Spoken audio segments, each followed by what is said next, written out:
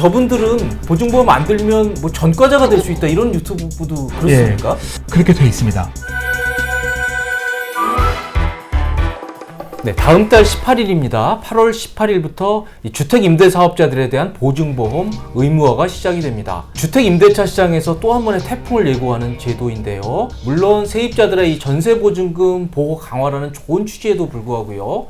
실제로 현장에서는 혼란도 우려되고 있습니다. 그래서 오늘 이 문제에 대해서 부동산 전문가 박찬웅 대표님하고 한번 얘기를 나눠보도록 하겠습니다. 안녕하세요. 네, 반갑습니다. 안녕하세요. 네.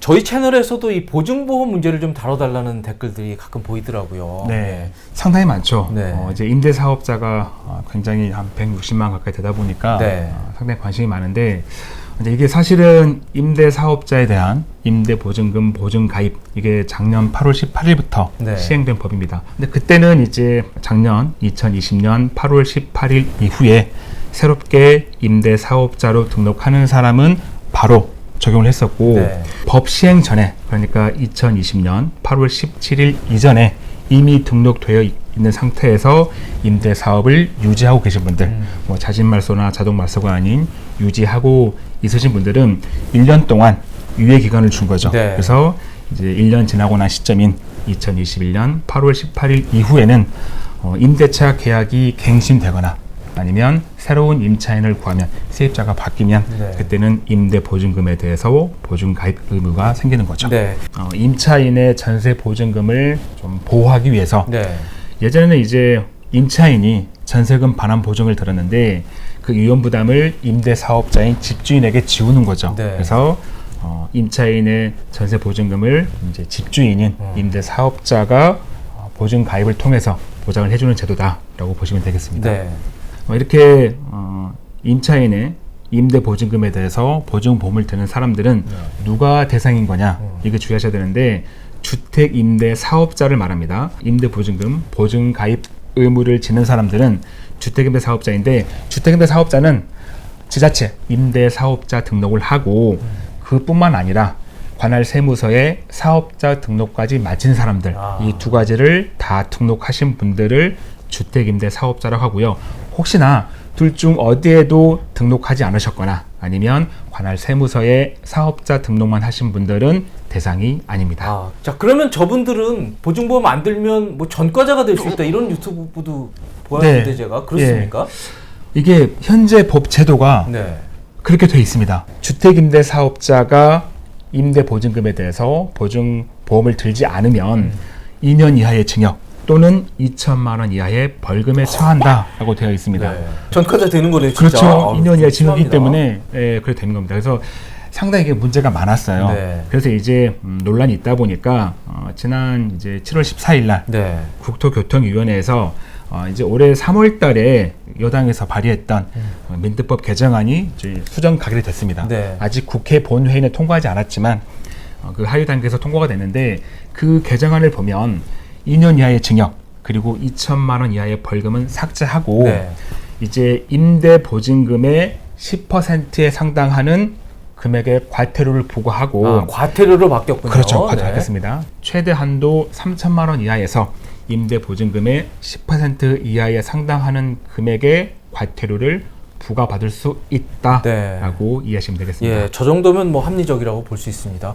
근데 이번도 상당히 무섭네요. 네, 지금 법은, 그러니까 임대 사업자가 이렇게 보증보험을 들지 않으면 지자체가 뭐 어떻게 직권 말소할 수 있는 그런 조항이 없었거든요. 네. 근데 이번에 민간 임대주택에 관한 특별법 그 개정안을 보면, 주택임대 사업자가 보증보험을 들지 않으면 지자체가 직권으로 등록 말소를 할 수 있도록 하겠다라고 되어 있어서, 임대사업자가 보증보험을 들지 않으면 과태료도 내야 되고, 거기다가 임대사업자도 직권말소가 될 수 있습니다. 네.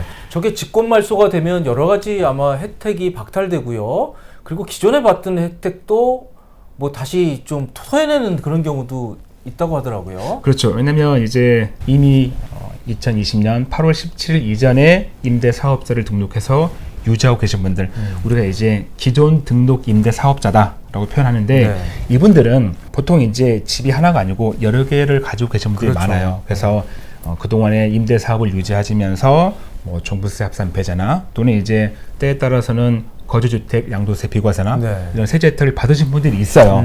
근데 이분들이 직권 말소가 되면 그동안 받은 세제 혜택 다시 다 토해내야 되다 보니까 과태료도 무섭지만 그 세금을 토해내는 게 무섭고요. 그리고 앞으로 받을 세제 혜택도 못 받으니까 네. 이게 가장 무섭지 않을까 네. 싶습니다. 자, 그래서 저 법제도에 따라서 이제 무조건 보증보험은 들으셔야 되는데요. 보증보험 어떻게 들 수 있는지에 대해서도 좀 알아보겠습니다. 보증보험은 주택임대 사업자죠. 네. 보증보험을 가입하려면 현재는 허그라고 그러죠. 주택도시보증공사 여기하고 네. 그리고 SGI 서울보증 두 군데에서 가입할 수가 있는데 네. 제가 상담하다 보면 이제 통상적으로는 거의 대부분이 주택도시보증공사로 네. 많이 가시는 것 같아요. 관심은 또 보증료인데요. 얼마나 부담을 해야 되고, 그리고 결국 이게 다 집주인 부담인데 그렇죠. 세입자는 돈 안 내도 되는 겁니까? 세입자가 돈을 안 내도 되는 건 아닙니다. 네. 만약에 임대사업자인 집주인이 보증보험에 가입하게 되면 네. 집주인이 75%를 부담하고요. 그리고 임차인이 25%를 아. 부담합니다. 일단 집주인이 100%를 다 납부합니다. 네. 그리고 나서 별도로 집주인이 임차인에게 25%를 받아야 돼요. 배째라 그러면요? 근데 이게 참 애매합니다. 네. 임대사업자인 집주인이 보증보험을 가입하지 않으면 그 보험료를 내지 않으면 현재는 2년 이하의 징역, 뭐 2천만 원 벌금이고 네. 만약 개정이 된다면 제 3천만 원 과태료가 나오는데 임차인에 대한 페널티가 없어요 전혀. 사실 집주인이 다 받아내기는 좀 쉽지 않지 네. 않나. 물론 이제 뭐 나중에 보증금으로 뭐 차감하는 퇴거할 수 때 있게, 좀 네. 차감할 수 있는 건 또 두 분 간에 또 어떤 관계가 생기겠죠. 네. 자, 이렇게 되면 이 집주인들한테 사실 부담은 만만치 않은 것 같은데, 뭐 그래도 법이 그러면 해야죠. 그런데 뭐 문제가 좀 있습니까? 문제라기보다 네. 사실 이제 임대사업자에게 집주인인 임대사업자에게 보증보험을 들게 하는 게 굳이 보증보험을 들지 않아도 되는 경우가 있거든요. 그러니까 이게 어떤 문제가 있냐면 주택 산정 가격 그것 대비 담보 설정 금액과 그리고 전세 보증금을 합한 금액이 네. 주택 산정 가격보다 더 많아 버리면 보증보험을 가입할 수가 없습니다. 그러니까 가입하고 싶어도 할 수가 없다는 거죠. 그러니까 이분들에 대한 어떤 구제 방안이 없어요. 무조건 하라고만 하죠. 그건 문제네요. 어떤 경우에 그러면 가입할 수 없는 겁니까? 주택 산정 가격은 두 가지가 있거든요. 네. 첫 번째는 감정 평가 금액, 그러니까 감정 평가를 의뢰해가지고 이제 평가를 받는 거죠. 이게 법이 2020년 12월 10일 날 개정되기 전에는 이 감정 평가만 받았어요. 네. 그러니까 그때는 임대사업자가 수수료가 발생하죠. 그걸 맡겨야 되니까. 그러니까 이제 이게 너무 좀 논란이 있었던 거죠. 네, 네. 그렇다 보니까 이제 저 법을 조금 바꿔서 이제 감정 평가 금액 그 외에도 해당 주택의 공시 가격 이걸 이용해서 주택 산정 가격을 좀 뽑아낼 수 있는데 예를 들어본다면 만약에 공동주택 같은 경우는 공시 가격이 9억 미만이다라고 하면 공시 가격의 130% 그리고 만약에 단독주택 같은 경우는 공시 가격이 9억 미만이다라고 하면 공시 가격의 170% 그 금액이 바로 주택 산정 가격이 되고요. 네. 여기에서 담보가 설정 금액, 그 집에 뭐 대출이 있다거나 경우겠죠. 담보가 설정 금액과 전세 보증금, 임대 보증금이죠. 네. 그 보증금을 다 더한 게 주택 산정 가격보다 더 많아 버리면, 그러니까 이건 쉽게 말하면 되게 위험한 거잖아요. 네, 그렇죠. 주택의 가치보다 빚이 많은 거니까 그렇죠. 쉽게 설명하면 이럴 때는 보험 가입이 안 됩니다. 그래서 이제 이런 경우가 어디에서 많이 발생하냐면 아파트는 거의 발생하지 않아요. 왜냐하면 아파트는 공시 가격이 굉장히 높습니다. 빌라. 뭐 다세대나 그렇죠. 빌라라고 하는 다세대나 아니면 다가구 그리고 오피스텔 등은 시세 대비 공시 가격이 되게 좀 낮게 돼 있거든요. 네. 그렇다 보니까 이분들은 이렇게 주택 산정 가격보다 전세 보증이 많거나 아니면 대출과 임대 보증금이 더 많은 경우가 대다수예요. 이분들이 가장 곤혹스러운 거죠. 네. 그래서 막상 뭐 허그나 서울보증보험에 전화해도 가입이 안 되십니다. 이런 답변을 듣게 되는 거네요. 그렇죠. 근데 이걸 해결하기도 상당히 난감한 게 네. 만약에 대출이 많다면 대출금을 상환하면 되는데 네. 돈이란 게 그럼요. 항상 쌓아두고 있는 게 그런 아니잖아요. 건 없죠. 근데 또 당장 가입을 하라고 그러고 네. 뭐 전세 보증금이 많은 경우도 그렇다면 일부를 상환하고 이제 월세를 바꾸거나 아니면 아예 전세 보증금을 낮춰야 되는데 이건 정말 집주인에게는 굉장히 큰 손실일 수 있거든요. 그럼요. 그리고 이제 또 전세를 또 월세나 반전세를 바꿀 때 임차인 동의가 필요한 부분도 있고 네. 그렇다면 바꾸고 싶어도 바꿀 수가 없는 거잖아요. 그럼요. 정말 이렇게 너무나 난처하게 된 상황이 돼버린 거죠. 네. 그러면 뭐 교도소 가야 되는 겁니까? 개정이 된 건 아니지만 네. 아마도 법 시행일 전에 그러니까 2021년 8월 17일 이전에 아마 국회 본회의를 통과해서 징역까지는 가지 않고 네. 아마 과태료 선에서 좀 정리가 되지 않을까 네. 싶습니다. 근데 본인이 뭐 들고 싶어도 못 네. 들은 걸 갖다 과태료를 물린다는 건 조금 문제가 있어 보이는데 방법이 전혀 없는 겁니까? 그런 경우에?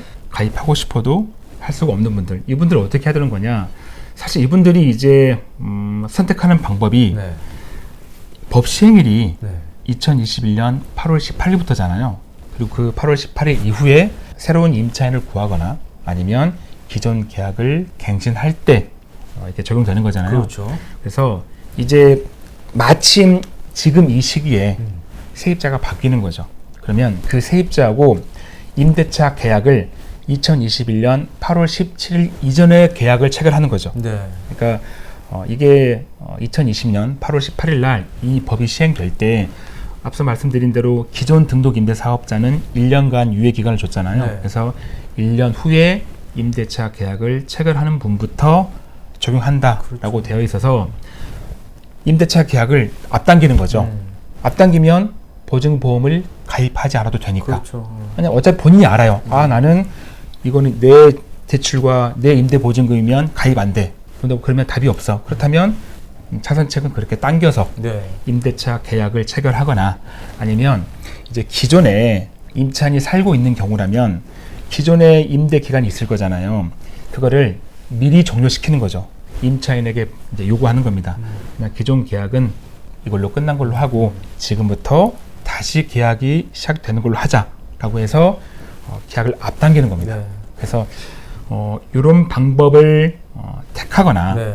차선책은 아직 뭐 시행된 건 아니지만 이제 이번 민특법 개정안에 임대사업자가 보증보험을 가입하지 않아도 되는 경우가 있거든요. 그걸 만들었는데 그중 하나가 임대사업자에 살고 있는 임차인이 전세금 반환 보증에 가입돼 있고 그 가입하면서 필요한 보증 수수료를 임대사업자가 다 주면 임차인에 그러면 보증보험을 가입하지 않아도 됩니다. 네. 근데 이것도 사실 굉장히 어려운 부분이 뭐냐면 보증보험을 가입할 수 없는 경우가 주택의 가치보다 빚이 많은 경우잖아요. 그렇죠. 근데 임차인이 전세금 반환 보증을 댈 때도 그 조건이 있거든요. 주택 가치보다 그렇죠. 그 회사 네, 입장에서는 그렇죠. 왜냐하면 그 손실이기 때문에 내가 위험 부담을 감수하고 보험을 들어줄 필요가 없잖아요. 그래서 전세금 반환 보증 마찬가지로 주택 가치보다 뭐 담보고 설정 금액이나 선수의 채권이라고 하죠. 거기다가 임대 보증금을 더한 금액이 더 많아 버리면 가입이 안 됩니다. 네. 한데 전세금 반환 보증이 조금 더 여유가 있다는 건 네. 그 주택 산정 가격 있죠. 네. 여기서 이 아파트와 오피스텔 그다음에 다세대 이 부분이 이제 주택 산정 가격을 정하는 그 기준에 뭐 몇 가지 경우가 있는데 두 번째 경우에 이게 있어요. 공시 가격의 150%. 그러면 앞서 제가 임대사업자가 보증보험 가입할 때 그때 주택 산정 가격은 공시가격 9억 미만인 경우 공동주택은 130% 이렇게 돼 있었잖아요. 네. 그러니까 그 130%보다 한 20% 여유가 있는 거죠. 아. 보증보험 가입은 안 되는데 임차인이 전세금 반환 보증을 들 수 있는 경우는 있다는 거예요. 이렇게 그게 되면 조건이 되면 이제 집주인이 임차인에게 전세금 반환 보증 들어. 대신 보증 수수료 내가 다 내줄게. 내줄게요. 이렇게 해서 보증보험 가입을 피할 수가 있는데 네. 만약에 임차인이 전세금 반환 보증 그걸 들 수 없는 그 조건이 돼버리면 그때는 이제 이것도 답이 없는 거죠. 그렇죠. 예. 그건 이제 과태료의 길로 혹은 예. 벌금의 길로 가는 그렇죠. 거고요. 그리고 여기서 한 가지 좀 명확히 해둬야 될 게 보증보험이 두 가지가 있습니다. 하나는 집주인이 드는 게 있고요. 네. 또 하나는 세입자가 드는 게 있네요. 그걸 좀 명확히 구별 좀 해주시죠. 임차인이 이제 내 전세금에 대해서 내 임대 보증금에 대해서 보호를 받기 위해서 이제 주택도시보증공사나 예수자의 서울보증이나 그다음에 또 다른 곳에다가 이렇게 가입하는 게 임차인이 네. 가입하는 전세금 반환 보증이고요. 지금까지 쭉 말씀드렸던 그러니까 임대인이 임대 보증금에 대한 보증 가입 이거는 이제 앞서 말씀드린 대로 주택임대 사업자가 임차인을 대신해서 집주인이 임차인의 임대보증금에 대한 보증 가입을 한다라고 보시면 되겠습니다. 네. 자, 저희는 지금까지 다음 달 18일부터 시작되는 이 임대사업자들에 대한 보증보험 의무화에 대해서 알아봤습니다. 보증보험 의무화 문제는요, 2편으로 이어집니다.